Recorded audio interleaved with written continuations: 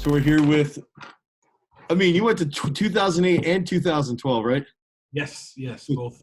Two-time Olympian for Iran, Amin Nikfar, who is the coach, the throws coach at UNC. He went to Cal Berkeley. He's originally from California, and I've known him for quite a while. And ironically, I've also known you through the Doherty brothers and mainly through Kevin. And so, sucker free lifting right there. So I think it's getting exciting where I can actually spend more time talking to, throws coaches that I'm close with, like you and Capos and a couple other guys that I've been communicating with, even Martin Marich at UVA. I've hit up about doing a podcast mainly because you sort of pushed me on that one where it's like, me and Martin just had like a 9-hour conversation. Oh yeah, it was a marathon. It was like the director's cut of Easy Rider, man. And so I guess before we get into anything, Amin's also recruited a couple of our athletes here at Garage Strength, and one of the first, I guess Kevin Reichert was like the first one that you got at Southeastern. Mm-hmm. And I guess you watched that to prepare yourself for this podcast. Yeah, that was one of the best YouTube videos podcasts I think I've ever seen. Yeah, I think for our Instagram crowd here, if anybody's got questions for Amin, just post them into the chat. But also, if you ever want to see a video of me getting roasted for an hour straight, it's on the Throws You YouTube channel where we interview Kevin Reichert. So definitely, if you want to watch me getting roasted, check that out. So I wanted to start right away with the current events. Where basically, so I wrote a blog today about, and I talked to Coach Capos about this. Is like, what is it like as a throws coach who's got to recruit athletes? When this is unprecedented, this has never really happened in the NCAA, and here we are. Your whole season gets canceled. How are you going about even recruiting athletes, or how are you handling this in general? Really, is what I want to know. Yeah, and so I think this is a 100-year event, a 200-year event. I'm not really sure, but it definitely not something that's happened in either of our lifetimes, and hopefully won't happen again within either of our lifetimes, right? Yeah, hopefully. And so really keeping a big picture perspective on what's going on, and yeah, making sure I'm recruiting, making sure I'm staying on top of my athletes, making sure that they have their suggested voluntary workouts that they can do, but also keeping in perspective that I don't have it bad. You know what I mean? Like I don't have it rough right now. And really looking at and paying attention to and supporting the people that do have it rough, especially the people in the medical field right now, right? They're in it every day, every minute of every day, right? And so keeping that in my head when I start getting down about something, and knowing that there's somebody else that's hammering out something that's way more difficult than I will ever deal with probably in my entire life. Right. Yeah, I think that's a good perspective, because it's one of those things where it's like, dude, hopefully, we don't get it or have it or whatever. And it's just like talking with my wife's college roommate is an ER doctor in Paterson, New Jersey. And it's like, dude, they're like running out of blood. They're running out of equipment. They're running out of beds. And they're like the epicenter, right, of Jersey and New York. And it's slowly creeping towards Pennsylvania where we're at. And we're up to like 80 cases in my county. And now it's starting to get a little more real where there's a couple people that I know that have it.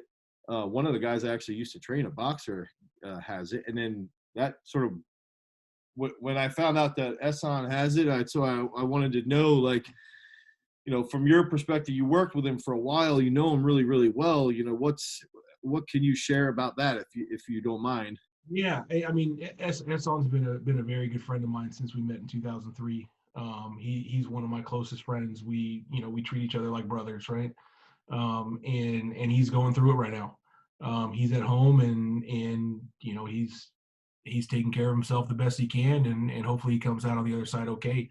But it's tough, man. It's tough when this stuff, it's different when it's over there. It's different when it doesn't touch you, right? But when it starts getting close and starts to affect people that you've come into contact with and people that you do come into contact with, it changes, right? And so it's just not much I can do from here with him being in Tehran, but I call him and check in with him and see how he's doing. Yeah. So. I think that's the thing. We had a meeting, like a little meeting after. We have a small group coming in of like 6 throwers, and I'm even putting myself in the corner of the gym where I'm not near them and trying to do what we can.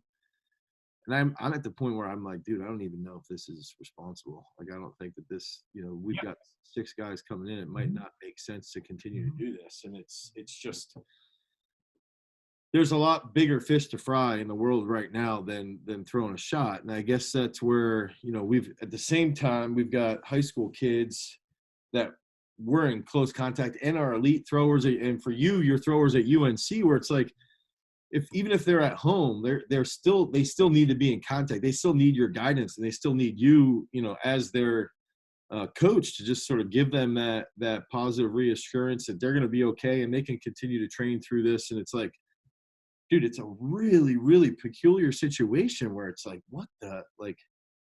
Yeah, and initially it wasn't clear. Like it looked like it was going to go the bad way, like it is now. But it at the time it wasn't clear, right? Like we flew to Albuquerque with a 4x1 and Daniel MacArthur in the shot put, and we got in on Wednesday, and we were out on a 4:45 flight on Thursday. Yeah. Just turned right around and went back to Chapel Hill, and a lot of the conferences pulled out. The NCAA ultimately canceled the meet, and you see the disappointment in their eyes, right? You see the disappointment in their eyes, but also, once they kind of get through that, and Daniel got through it pretty quickly, you see that it's bigger than them, right? Like they see that it's bigger than them. They see that it's more important than throwing the shot, right? Like all the measures that we're taking and the quarantining and the social distancing, like that's all bigger than track and field. That's all bigger than throwing. So yeah, it's crazy, dude. It's nuts. And I guess it's one thing my wife even said to me, she was like, this could be, I mean, I wouldn't call it a blessing, but it's one of those things where it's like, it's going to put shit in perspective real fast for everybody, because everybody's going to know somebody, right? That's the way it's shaping up, is like, we're all going to have connections to people who get this. And again, hopefully we don't, right? And it's like, it's going to put things into reality for all of us where we sit there and we say, like, hey, even to the point where I had some seniors that, like, they're one individual, his mom was mad at me because I didn't let him come train. I'm like, this is bigger, right? And now it's like, oh, okay, now we see, like, dude, we can't put this shit at risk, and it's literally comes down to like life or death situations, and it's not worth it. And I think that's creating perspective for a lot of people that have, we live such comfortable lives, and you're never really put into this situation, especially in the US, dude. Our lives are so nice, they're so awesome, and now it's like, it's almost giving us that little check, like, hey, what really matters here? And for me personally, dude, I'm sitting here and it's like, I'm spending more time with my 4 kids and with my wife, and it's like, and I'm doing more of the work I want to do, like talking to you. Those are the opportunities that we have to take advantage of, right? Like those are the margins we can win in, right? Yeah. Like we can see that you have more time to do the stuff that you didn't think you had time to do before. Right. Exactly. All right. So with that being said, now I want to go into talking about throwing. Let's go. Let's do it. I sort of want to, I almost want to get like I want to get like an Olympic story out of you, or something, like of just something that it was like, something that you'll tell your grandkids. But then at the same time, I want to dive into like technical models, training models. Both. Okay. Yeah. Where do we have to go, man? Yeah, exactly. All right. So one of the things that we get asked a lot, especially at Throws U, is like, okay, high school kid, junior male, junior female. What are the distances that you want to see as a throws coach to have somebody jump onto your radar and be like, I'm going to show some semblance of interest in this person? Sure. I think that, you know, there's numbers, and then there's what the numbers mean, right? And there's kind of looking past the numbers to see if something else jumps off the page. And so, you know, if there's a 39-foot shot putter who's never been coached and takes throws from a stand throw and is really mechanically advantaged, and she plays basketball, yeah, that stands, right?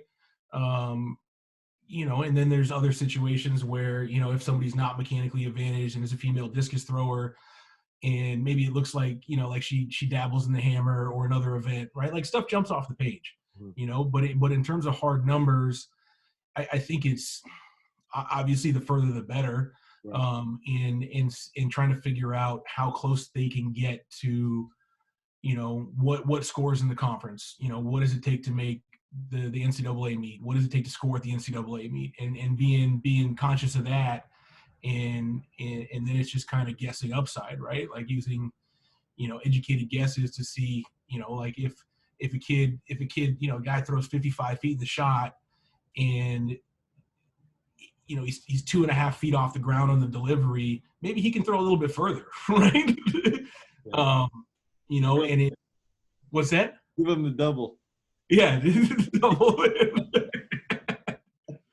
Yeah. So I think that good starting points. I think good starting points. Like let's assume everything's regular and we're in a vacuum, right? You know, 43 to 45 in the shot for the women. 145 plus in the discus. You know, the girls discus, I think, are good starting points as juniors, just to start a conversation, right? Yeah. And for the guys, and I'm kind of spitballing right here, you know, 55 feet and 175, right? Like those are pretty basic starting points. Right. But there's obviously outliers, right? Like, you know, if you've got a kid who just walked into your place in March and is learning how to throw the discus, and he throws 168 on his first meet, yeah, I want to take a look at that kid, even though he didn't throw 175. Right. Absolutely. So I guess that's sort of like where, you know, one of the things I'm interested in is like, how are you staying in touch with recruiting, you know, now that like the outdoor season's all but canceled. So for you, is it like, are you taking the people you had your eyes on and then checking and seeing maybe social media wise, like, are they still training? Are they doing extra work? Are they doing work at home? Like, are they the kid that's going out in the backyard and doing every little thing? Or are they just, you know, playing Call of Duty or whatever game that they play now? I don't even know if that's still and I think as long as they're training responsibly, right? Like if they're training responsibly and you know, not putting themselves or their family at risk and all that, like that's, you know, that's a bonus, absolutely. And so really just keeping in contact with you know, text, email, phone calls, and it's, you know, I obviously can't bring anybody on campus, and there's a you know, there's a moratorium on travel for recruiting right now, which is wise, right? And so just using other outlets that we would be using anyway, just using them a little bit more. What would you say from a recruiting perspective, like personality wise, what are you looking for in a kid? Like I mean, I don't even know if that's. No, I get it. Yeah. We want a blue collar mentality. We want kids who aren't afraid to be tired. Yeah. Okay. And somebody wants to work. Yeah, absolutely. Kids that want to work, and you know, it's a lot easier to go to the range than the crop, right? Yeah. So I want somebody that I want to pull the reins on, rather than have to try to motivate, you know. Is there anything specific in, you know, talking about that mentality that you would say like sticks out when, you know, there's an athlete comes on campus and you hear them say something to their mom, or they say their mom or their dad says something to them, and you're like, dude, I don't want that kid. It's reading the room, right? Like reading the room, and it's pretty rare. It's pretty rare anybody does anything flagrant enough to say, yeah, I don't know, like it's they don't usually get that far. Right. That's good. So All right, it'd be a lot more, a lot better storytelling if they did. it would be way better storytelling because I just see somebody coming on campus and I don't even, yeah, I just won't even talk about it. But yeah, I that's like the one aspect. There's often times where I'll sit there and I'll say like, I think I've even brought this up to you where I'm like, maybe I should have just coached in college. And you're like, nah, you got to deal with recruiting, and it can get old at times. Well, and you've carved out a niche that you like, right? You've carved out a niche that you probably even love, even though I don't know if you love anything.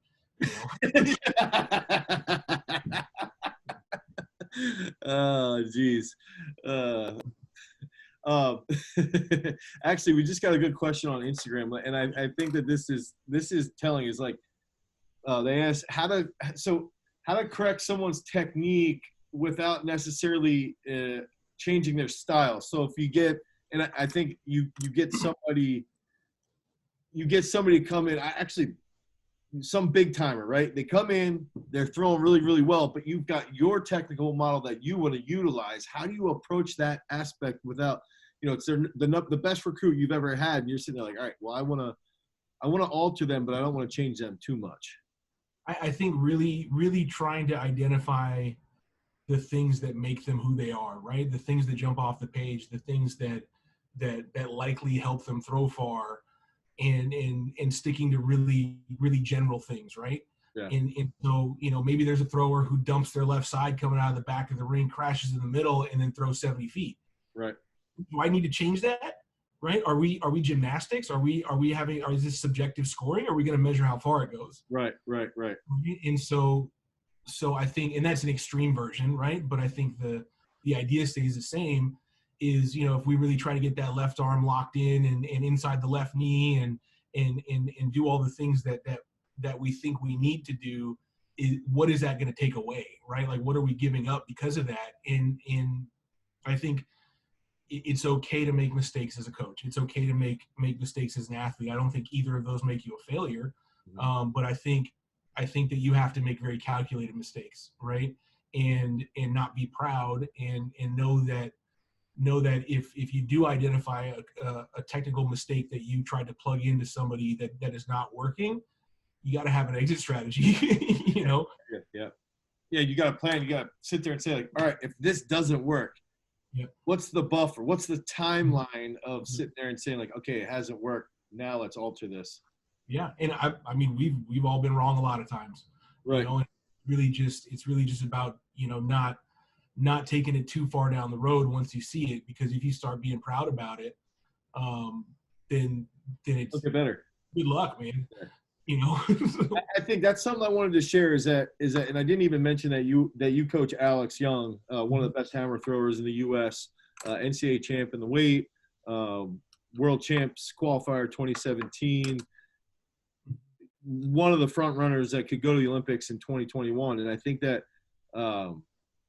something that I hopefully can remember for a long time is you telling me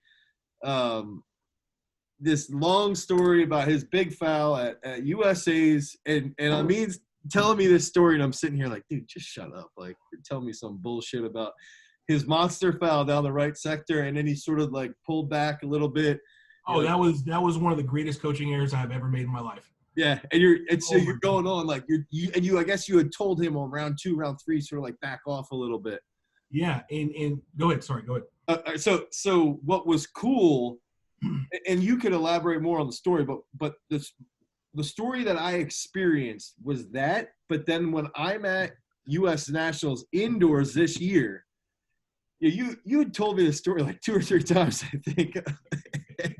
But what was neat is that Alex goes to U.S. indoors, and he either sector fouled or had a horrible first throw, and he comes over to you, and you're like, dude, we got to get after it. We got to get after it. That's this next throw. You got to get after it. So he's going into a second throw. He doesn't have a really big mark.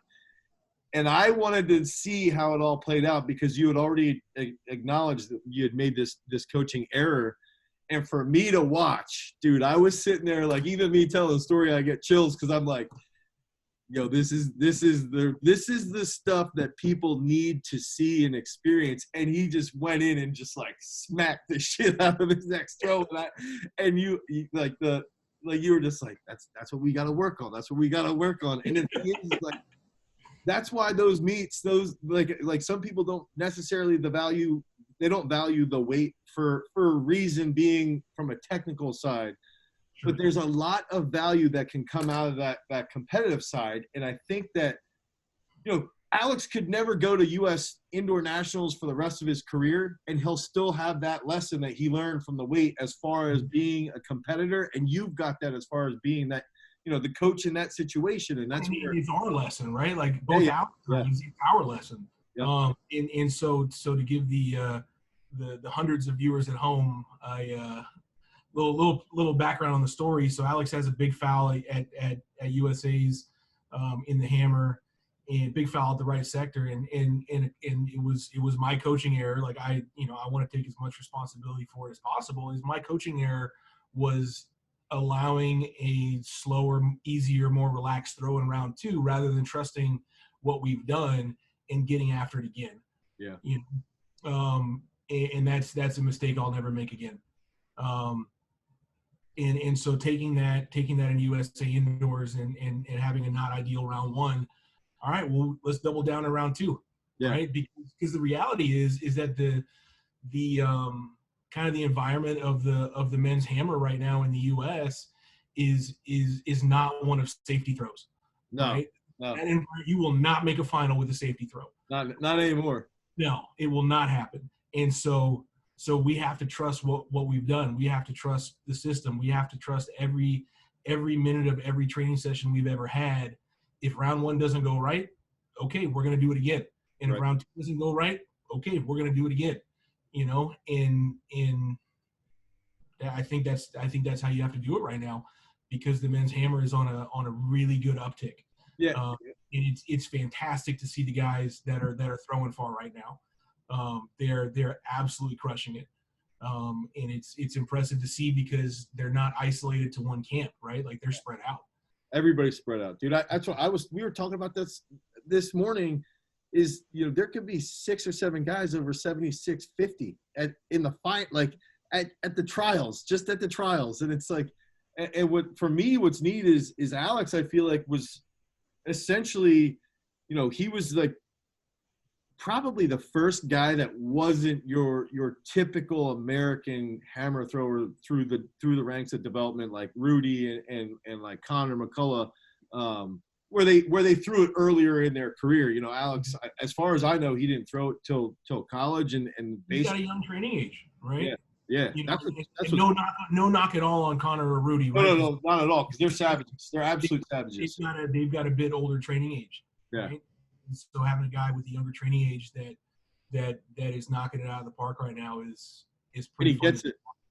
He freaking gets it. That's what's cool to watch. Is like, he sees the lessons and he knows how to apply that. So I guess that sort of draws me into my next question. Is just like this freak aspect is of, and I want to hear. This is where I want to hear some training stories.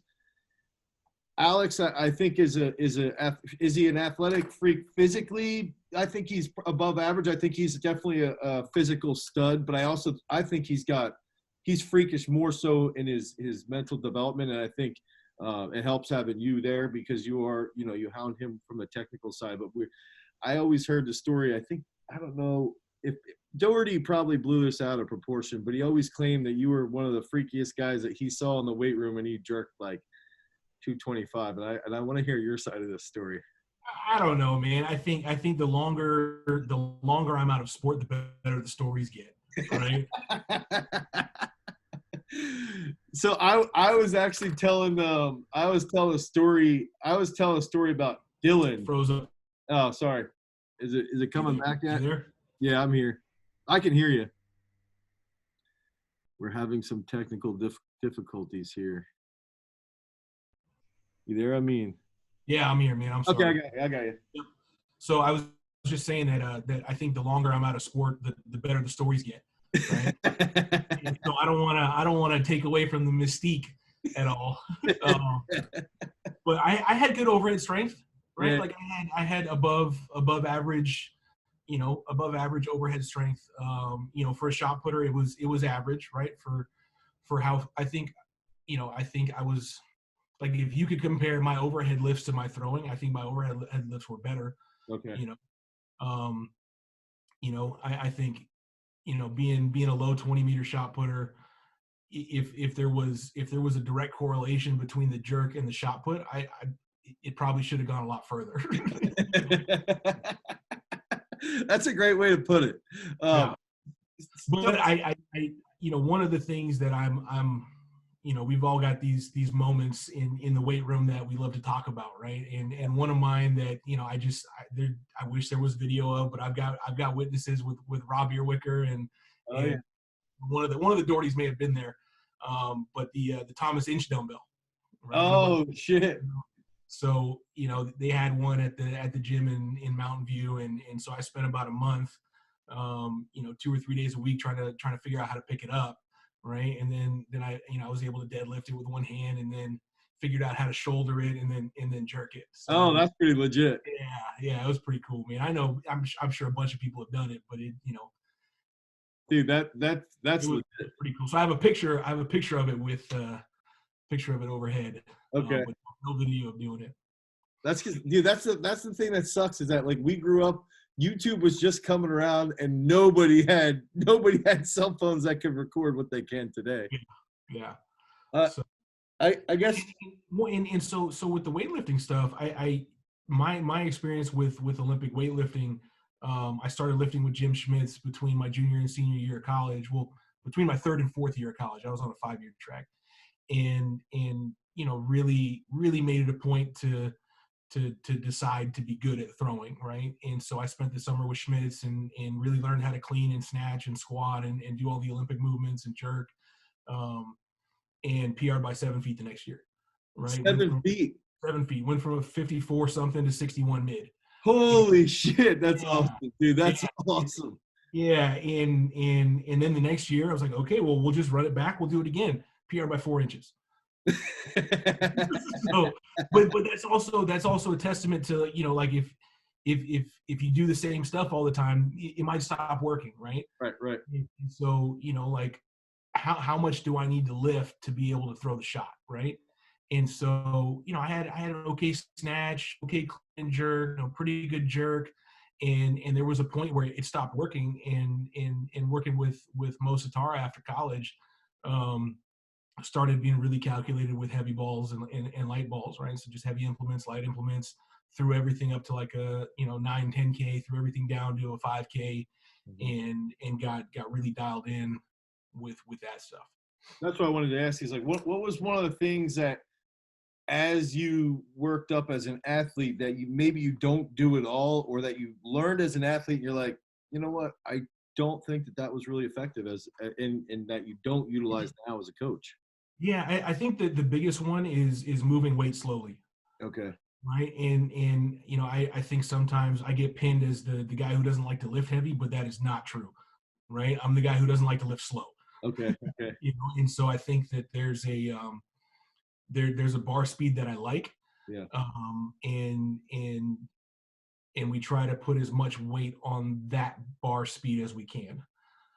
Can you put a number to that, or is it more just like your trained eye? I don't want to be like, oh, well, I know how fast the bar. I don't know how fast it's actually moving, right? Like, I don't have a tendo attached to my brain. So, I know what I'm looking for, right? And after a year or two of athletes training in the system, they have an idea of what I'm looking for too. Right? It's a true grind. Very good idea of speed we're looking for. Yeah. Okay. And so when he's doing cleans, I don't program percentages, right? Yeah. Oh, did I lose you again? No, you're good. I got my internet's funky, man. And so I don't program percentages. I just say, hey, work up to 120K on your third set of rhythm hang cleans. Come grab me to watch it. Yeah. Okay. and then we'll see what 120 looks like. And, if it's looking good, I'm like, okay, 130 or 135, and then I'll watch that. And then, I'll give him a couple options, right? And kind of see where his head's at, give him a low number and a higher number, and see which one he picks based on how he feels. Right.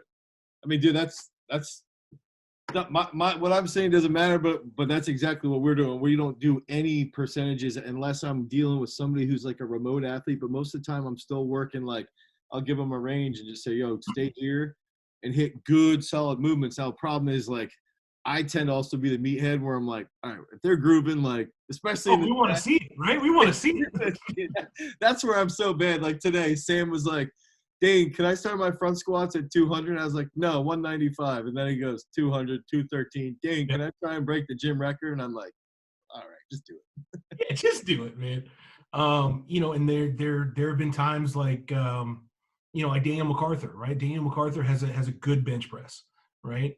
And we're working up, and he gets to, I don't know if it was 425 or 435 for a double, and so he wanted to go for it a little bit, so he threw 450 on there, and he probably could have gotten 4 or 5 reps with it. Shit, that's big. But he got the 2 at a very acceptable bar speed. Yeah, that's good. That's good. I guess that sort of brings us into, like, if you sat there, if you took Lena and you took like your best throwers and mainly shot discus, maybe not as much Alex, but I do sort of want to know Alex's numbers. But if you took, if you said, all right, to throw 1850 to 19 for a female and to throw 21 for a male plus, what are those benchmark metrics that you're looking at? Oh man, and you know this better than anybody, man. I think there's the Justin Rhodey rule, right? Because Which one's that? Well, just like how much do you have to bench to throw as far as Justin did, right? Yeah. And I think that there's guys that benched 150 pounds more than him that threw 1.5 meters less, yep. Right? And there's guys, right? More than 1.5 meters. And so, I are they good at jumping? Are they bad at bench pressing? Are they good at jerks? Like there's all the other moving parts, right? Right. And so, like, my bench press, my best bench press ever was 405 pounds for one set of 1. That's right? Terrible. It was awful, right? You're like a Time Olympian in the shot, and you only bench 405 for a single. One time. Right? One single. It wasn't like I was doing it often, right? So, no, it's shameful. It really is shameful, right? Oh, and so, but I had pretty good overhead strength, right? Like I did a set of 5 in the jerk at 185K, right? And which is big. Yes, yeah, I was proud of it, right? Like it was good. I mean, if you compare me to the guys in the sport that are actually strong, right? Like maybe it doesn't look so good, but it, put me up against some guys that threw 20 meters, and it's pretty good. Yeah. And so, with shot putters, I think how many shot putters have you seen that are good at both the bench and the jerk? Both as shot putters? Yeah, because it's kind of one or the other. Yeah, I almost think it's funny because even when you were talking about it, I've always felt like if there's a shot putter, I mean, dude, Cat Post talked about this too, and you would agree. It's like, all right, you've got to be explosive, which could be your jerk. Yep. You gotta obviously have good technique, which is the shot aspect, and then you've got to have some brute strength, which is a bench press. And it's like, if all 3 of those are lined up, you're probably going to be a world-class shot putter. Like you're probably going to be 2150 plus. Yeah. Dude, what you're saying is right. Is that it's usually a lot of shot putters, especially, struggle with that overhead position because their thoracics, their mobility is not good. They maybe they were football players growing up, so they were constantly benching, and no one was really teaching them how to be structurally sound in their upper back. Sure. Their bench is good, but their jerk sucks. Mm-hmm. Yeah, and being able to hit that trifecta is tough. Yeah, I mean, I had maybe 1.75 out of the three, right?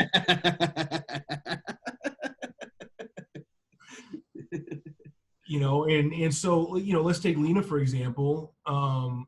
Lena can jerk 115K for a pretty easy set of three. Yeah, that's very good for a female shot putter, and she's an 18-meter shot putter. I think that's solid. What's your bench like? We just PR'd in the bench, right? So similar to you, sometimes athletes come in, they're like, we're gonna get it today, Yeah. right? And it's not part of the programming, right? And I start getting a little twitchy, and like I'm like, I don't know if we can do that, right?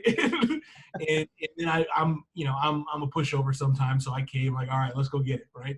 Yeah. And Lena I think it was either 225 pounds or 230 pounds. Yeah. Something like that for a single, and she smoked it. Okay. Right? Did a couple work sets before to be responsible on the jumps and get to a max weight, responsibly, right? And smoked it, absolutely smoked it. Right.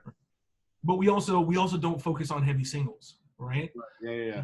It's even rare that we do doubles, right? Dude, I think that's something that I've sort of taken. This last year and a half, especially on the bench, I was just hammering super heavy doubles and triples, and then I sort of for some reason what was weird is Alex and Sam were responding well, and they said their pecs felt super strong when they were benching, but then the shot putters, it was dude, none of them are fucking really blowing up from this.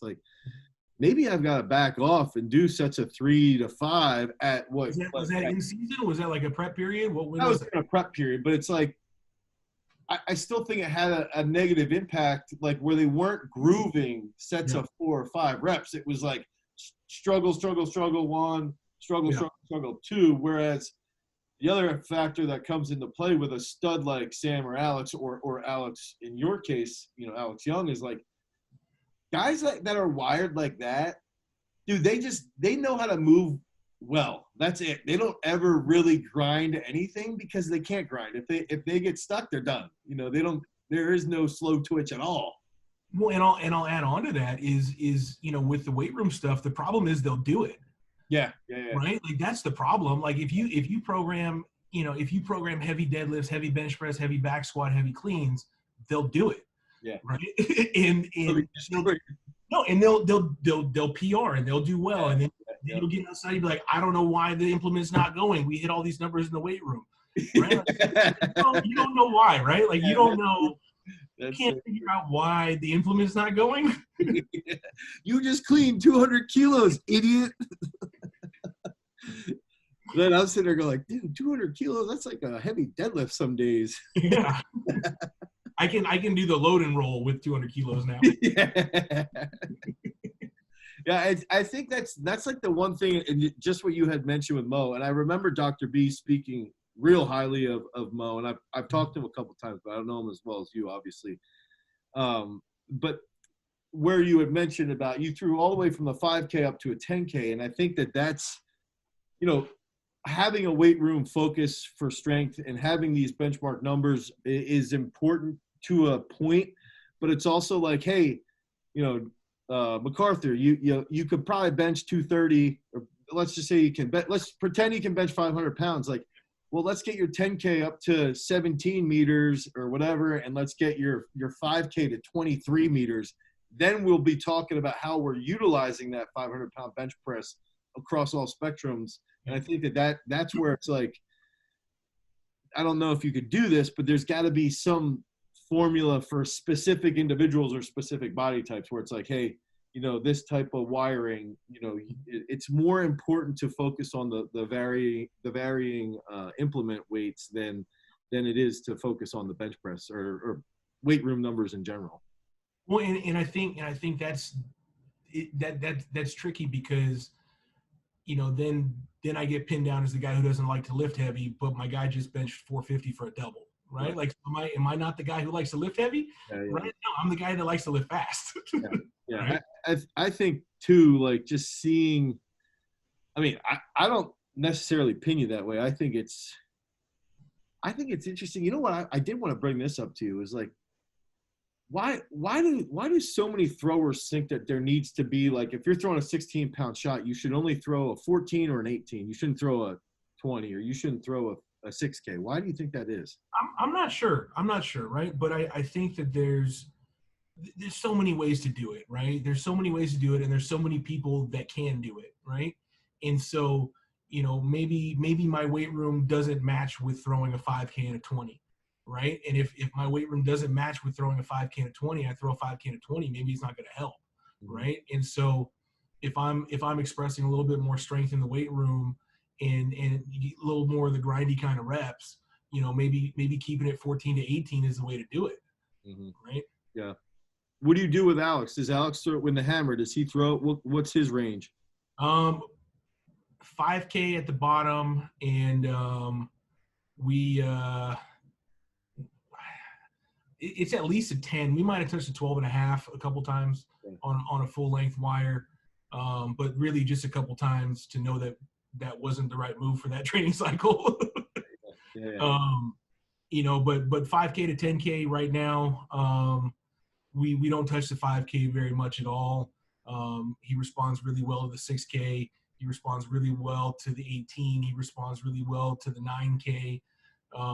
And the 16 is good to keep connection. For him, throwing 70 meters at practice is a good day, right? Like it's a solid practice if we throw 70 meters. If he's 67, 68, 69, 70, like that's a pretty good day, right? If he starts getting a lot of throws in the 69, 70 meter range, Tuesday is going to be tough, right?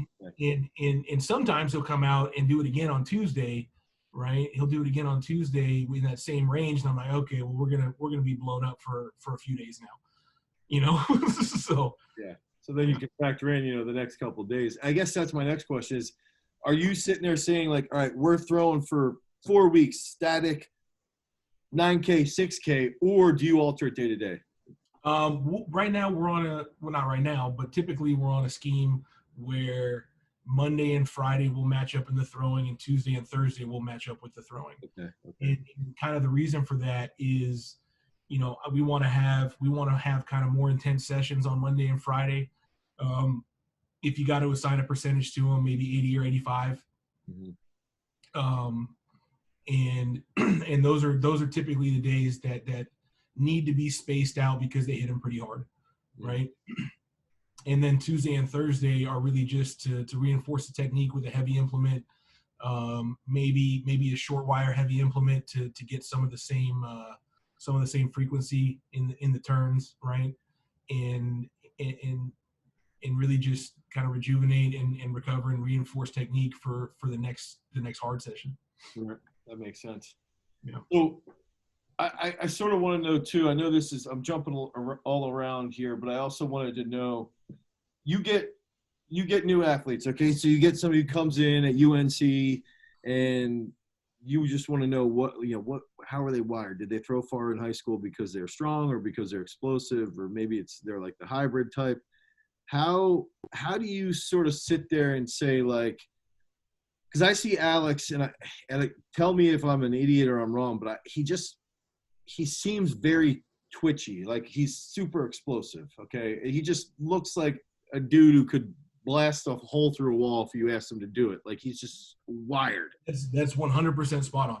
Okay. And so how do you get a kid who comes in the door? Maybe it's a, you got your females and they all throw 50 feet in high school, right? There's 3 of them. How do you test and say, okay, this one is wired, this one is the hybrid, this one's a little bit slower? How do you go about doing it? Or is it more just, hey, let's test, let's train for 3 months, and then you can gather data throughout that 3 months and then decide? So I think initially there's an assessment that happens during recruiting, right? And and I make some guesses. I make some guesses on how that person needs to train, what they're going to respond to, and then once we start training and we get some work capacity in and we get some fitness work in and kind of get them to a point where they're a little more malleable, right? then then we'll start throwing a little bit, and I just watch, right? Like I just watch, and I think sometimes, sometimes the athletes get a little frustrated in the first week because I don't say much. I just watch, Yeah. and little stuff like I'm not just standing there quiet and weird, but not trying to break their technique down, right? Like that's one of my, and I'm going to offend some people with this. One of my least favorite things is when somebody says about a good athlete, I'm going to break their technique down Yeah. and build it back up. Really, you're going to take a Porsche and you're going to take it completely apart and you're going to build it back better than the Porsche factory did. Right? Like, how about we throw a supercharger on there? How about we change the exhaust? How about we get some better tires? How about we do Right. some of that stuff? Because at the end of the day, like I am not a better mechanic than Mr. Porsche. Mhm. Yeah. Right?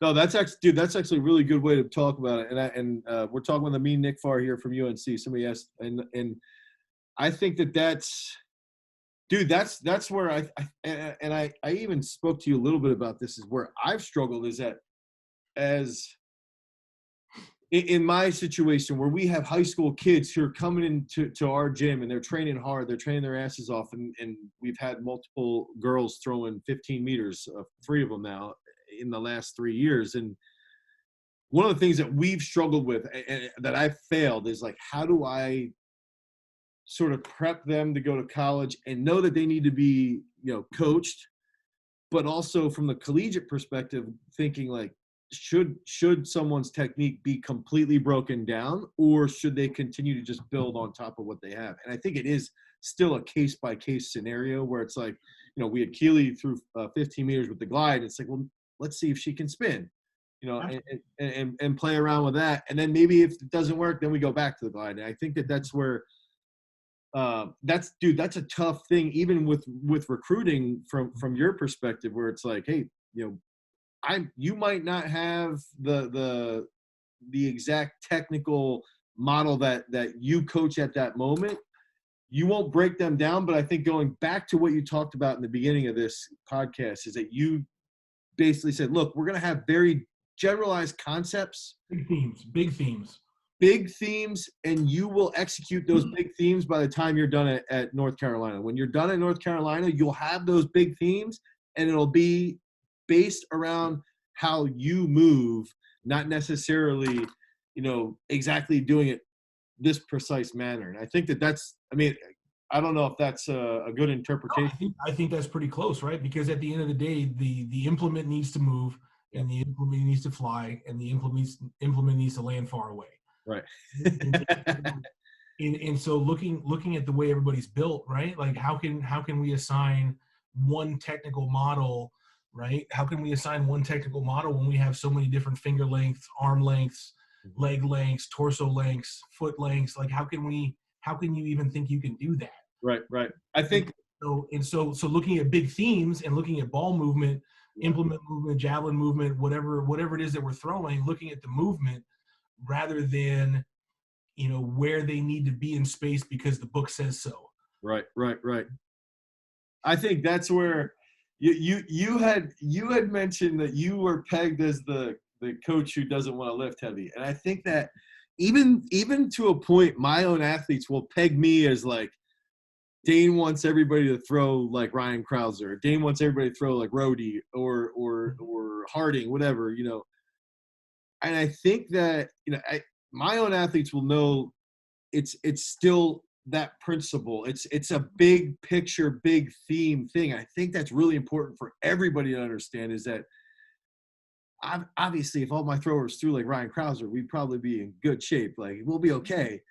Yep. But at the end of the day, not everybody has the same mobility that he has, and not everybody has the same mental comprehension that he has, and not everybody moves the exact same way. So to say, if I look at it, it's like Krauser, Kovacs, or Walsh, or Durrell, all these guys do really good things, and we can pull from them from a big picture, schematic perspective, like this. And they can main their stylistic differences. Yeah. Right?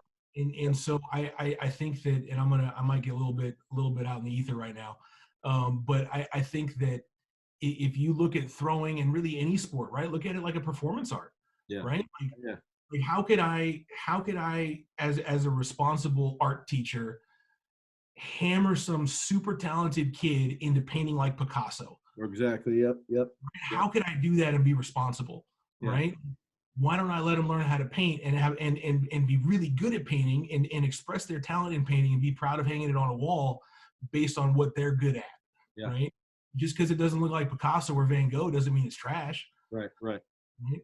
No, I think that's a really good example because it's one of those things where it's like actually I don't want to go too much into the art world, but Keith Haring, who was like a late '80s, early '90s big artist, he's actually from around this area. That's why I know quite a bit about him. But he actually liked Picasso's stuff, but he obviously never painted that way. But it was like you just from a throwing realm, then it's like okay, Keith Haring was this artist, and he knew who Picasso was, and it was an influence, but it wasn't that wasn't his style. And I think that's in throwing. It's like you watch Krauser, you watch Kovacs, you watch Hill, and you watch these guys compete, and then you can sit there and say like, pull from this what you think and what you can. And I even think to a point, there's some athletes that can watch somebody throw and like feel what they're watching. Yep. And that then will transfer better to their technique than if they watch somebody else and they don't feel what they're watching. I know that sounds again. No, absolutely, right. And so one of the things that Daniel MacArthur and I talk about is, and you probably know what this is, but if you watch Oldfield's big throw, the whoosh whoosh. Yeah. Yeah. The whoosh whoosh, right? Like there's a whoosh and then there's another whoosh, right? So how do you explain that to somebody who doesn't see it, right? Oh shit. That's tough. That's tough, especially with a guy like Oldfield, because I always thought if you watch Oldfield in that video out of the back, dude, he's good out of the back. Like he is down in like that. Yeah, shit. That's a tough one. Yeah. But Daniel sees it, right? He's like, coach, I need to get the whoosh whoosh, right? Yeah. And so kind of having that kind of, and with Daniel is different because he's kind of, I don't know, he's really thoughtful in the feeling approach. I think every good athlete, every good thrower has a superpower, right? Yeah. And one of Daniel's is knowing exactly where he is in space at all times, right? So if he cuts the back off a little bit, a medium amount, or a lot, he knows exactly which one it was and when. Yeah. Right. So there's a feeling that he sees with Oldfield's throw. There's a feeling he sees with Barnes's throw. There's a feeling he sees with Krauser's throw. Right. And there's a feeling in all those throws that might differ a little bit, but he's looking for it.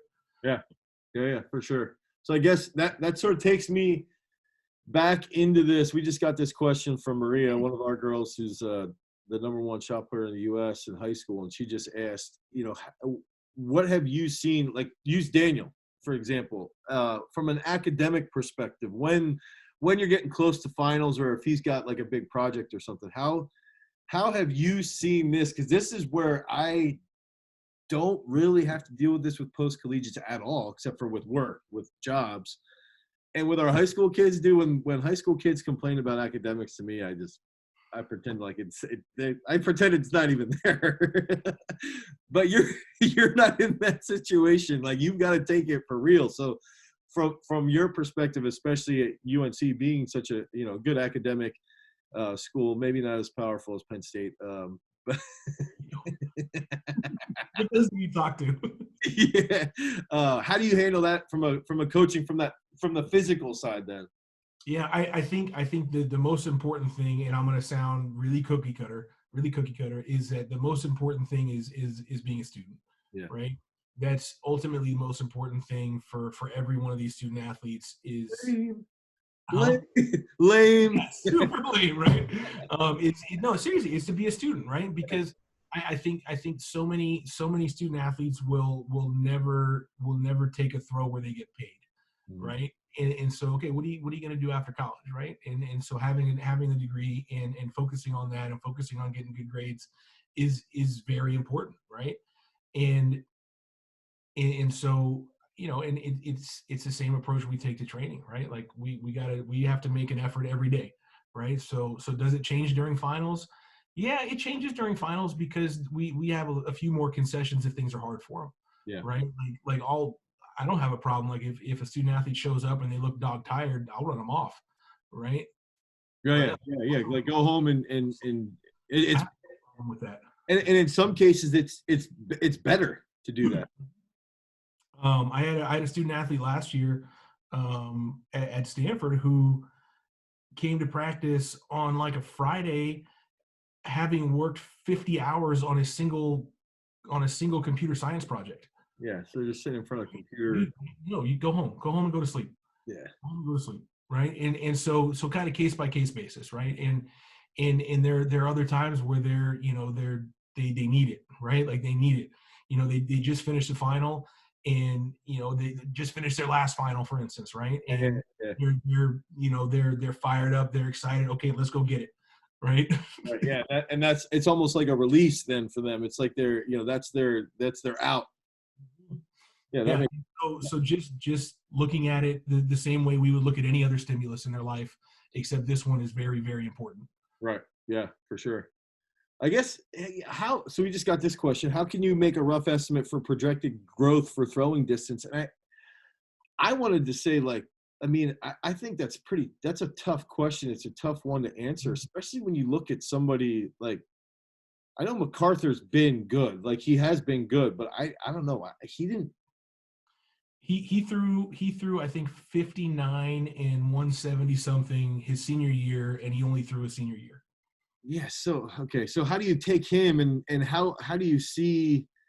I'm saying I know he's been good in college, but I didn't think he was that good until you have him, and I'm like, well, and Coach Metters, right? Like Coach Metters, he had him last year. He finished 4th at the indoor meet.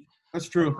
That's true. I'm not giving him that credit maybe that he does deserve. I guess maybe see what you would say then to that question of how can you project potential growth? Something's got to jump off the page, man. And I keep going back to that, and it can be anything that's significant, right? And so how do you identify something that's significant? I don't know. Right. And again, like we'll use the Justin Rhodey rule, right? Like what jumped off the page with him? Determination. Yep. Right. Yeah. Like it wasn't anything physical. Yeah.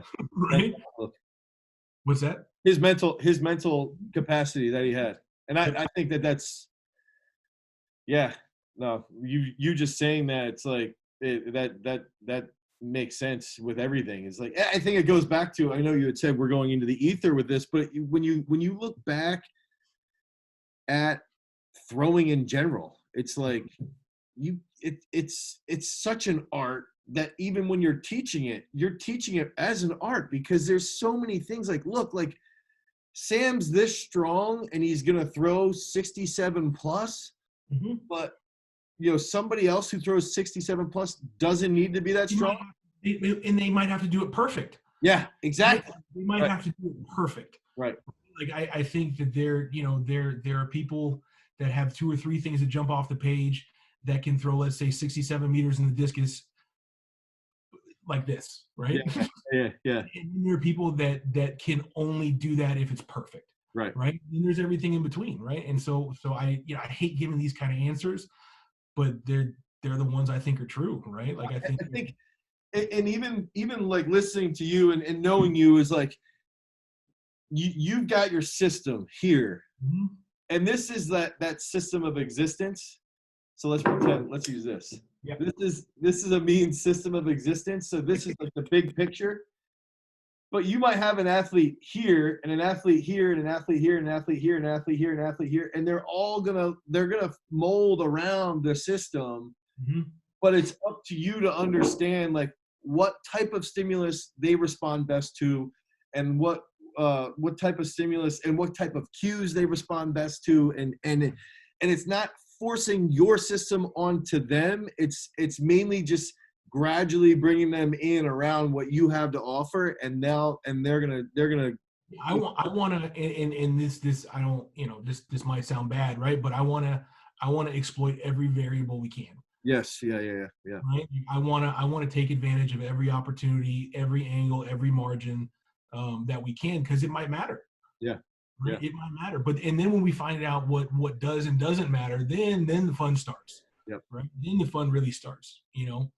because then a kid's gonna be like, well, do you think I should do upright rows or bent over rows? I'm like, it literally doesn't matter. It doesn't fucking matter. It literally doesn't matter. Dude, people ask that question, I'm like, stop. Yeah. It doesn't matter. But if we're talking about like rhythm hang cleans versus snatches, well, it depends on the person and the time of year and what we're trying to do and what event. Right? Like, Yeah. A lot matters. Yeah. I guess dude, I want to know some of your, what are your, I want to go back to your Olympic stories, because it's like, I feel like just getting to the Olympics, being there, you realize like, dude, doing an upright row or doing a bent over row didn't matter for me to get here. Like this, especially when you're surrounded by, the best guys in the world, you're like, dude, this shit, what all the little fine details we get caught up in as coaches. And I think that's, at least correct me if I'm wrong, I think you sort of took that into your own training or into your own coaching now, where it's like, dude, that shit didn't matter. It didn't impact whether or not you were going to go to the Olympics or not. It didn't impact whether or not, Well, and I also, I want to make sure that it's clear that programming does matter, right? Yeah. But at the same time, making an effort every day matters, right? Compound interest matters. There's no such thing as stepping it up on the day and getting it done, right? You step it up every rep of every session of every day, right? Like that's what matters, right? And being thoughtful about your throw and communicating with your coach and being honest with yourself, right? Like that's what matters, and so, I was lucky enough to have an opportunity to go to the Olympic Games, right? Like, competing for Iran and using that opportunity to get what I wanted out of sport was incredible, right? Incredible. And that got me, that opened some doors, right? Like, being able to spend some time with Kim Buchensoff, right? Like that guy, he coached Faina Melnick to 70 meters, the first woman to throw 70 meters in the discus. And I got to hang out with him a lot. Yeah. I spent a lot of time with him because he was Esson's coach for a lot of years, and just watch, right? Like just watch. His English was really minimal, and my Russian is not there at all. And so just watching, right? And I get more out of watching a guy like Kim coach than I would out of reading his book. Yeah. And seeing what the day-to-day is like, but also knowing that reality was for Esson, right? Like that wasn't what he did with Melnick.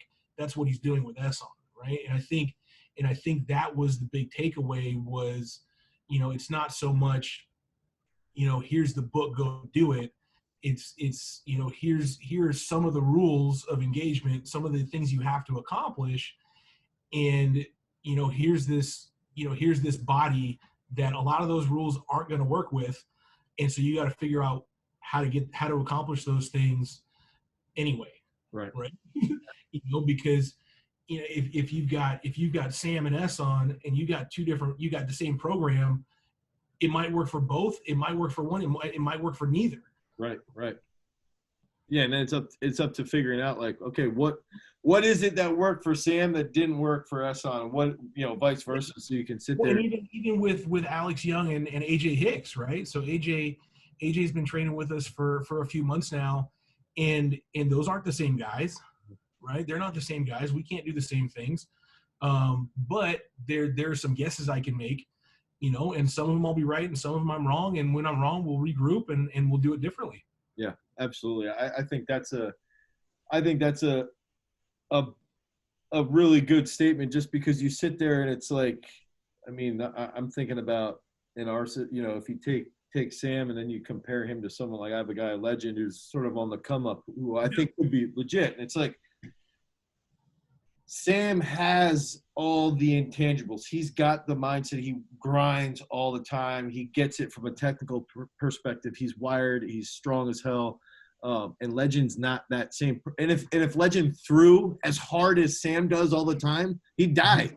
He wouldn't make it. He wouldn't survive. And it's like, so Legend's got this personality that's like super chill. It sort of goes with it. His whole personality is just laid back, and that's who he is. And it's like, if I would try and push him to be like Sam. It's like, dude, they're completely different people. It doesn't even make sense. You know, Legend's got this sort of like stoner attitude, and Sam's got like the go, go, go attitude. And it's just like there's certain aspects of the program that each needs, but then there's a lot that needs to be pulled and plugged in, you know, depending upon where you're at in the time of year. And I think that's something in throwing where we always get away from, because we want everything to be about metrics because it is a numbers-based sport, but training can't be that way. And even looking at like versions of a coach, right? Looking at versions of a coach, right? Like if you took, let's take Mo, right? Like if you take Cameron Rogers' version of Mo, or Josh Johnson's version of Mo, McKay Johnson's version of Mo, my version of Mo, David Paul's version of Mo, everybody's version of Mo that have been successful, they're all different. Yeah. They're all different, right? So then if you take each one of those people, if they all became coaches, what happens if they make their versions dogmatic? Yeah. Good luck, man. Doesn't work. You know, you got to be flexible, right? Like you got to look at what's working and what's not. Be observant and make adjustments. Yeah, I think even having, through the way you just described that, I think is phenomenal. Like that we talk about this all the time. I said, dude, I have my favorites, and some people need to be my favorite. They have to be my favorite. And some people are my favorite because they do everything I ask them to do. And I can, you know, you can sort of judge as a coach, like that person needs way more attention. That person just earned my attention. And it's like, how do you then get, you know, on a consistent basis, get your athletes to sort of recognize like, hey, like this is just good coaching, or this is just the way it is. You can't be the exact same person. You know, Mo couldn't be the same person for you and then be the same person for Josh Johnson. It can't happen. And it's like, how do you get them to sort of see that? I don't know if it's possible or if it's necessary. So I try to, you know, I this is going to sound weird, I guess, but I don't try to be a different person, right? Like I try to let parts of my personality shine out more to people who need it, right? And so I look at it less in terms of like, you know, I don't do the, you know, this person earned my attention. I try to give everybody a fair shot, right? But I think there's a need-based version that's important, you know, because sometimes, you know, if Alex gets really frustrated at practice, I don't need to talk to him, right? Or I just need to say a couple things to him after the throw and give him some space, right? But then there are also, I mean, and it's within the same person too, right? Then there are also some days where like it's helpful if we talk a lot. Yeah. Right? And same with Lena, same with everybody, right? Same with Daniel, same with, you know, Madison, same with everybody, right? You know, and just being what they need, right? Like, you know, letting the parts of your personality shine out that are also what they need. And I think that also just goes back to the recruiting aspect too, is that feel the room and know what they need in that moment, and hope that your judgment is the most accurate for that time frame, and that it's going to have the most positive impact that it possibly can. And if it doesn't, you learn from it, just like, you know, with the huge foul from Alex at UNC. And that was not the first mistake that I've made with Alex. Right? I mean, there's a half a dozen other examples of stuff that I would never do again with him. Right. You know? But it's important to, I think you've got to do that. You've got to do that with all your throwers. You know, you can't, you're not in a vacuum. So it is important to fail, and it is important to, because that leads to better growth as well. Because if I expect my athletes to have the mindset that if they fail, they're not a failure, how can I act any differently? Right. Yeah. No, I think that's big. All right, Amin, I'm going to head home and eat some dinner with my kids. I appreciate this. Thank you so much for having me, man. And I apologize about the social distancing beard and how bad it is. Oh, no, looks good. Yeah, scruffy ass beard. The last time I shaved was before Albuquerque. So, yeah, so that'll give you some perspective as how bad I am at growing facial hair. So we'll see how long this keeps up. I wish you'd shave it, actually, because you look more like a baby. Yeah, no, it's true. It's true. All right, I think in like maybe less than 2 weeks, I might be hitting you up for a round 2 of this. Let's do it, man. Let's do it. I'm in. All right, Amin, thanks for being on the Throw Show. No problem, man. Thanks for having me. Peace.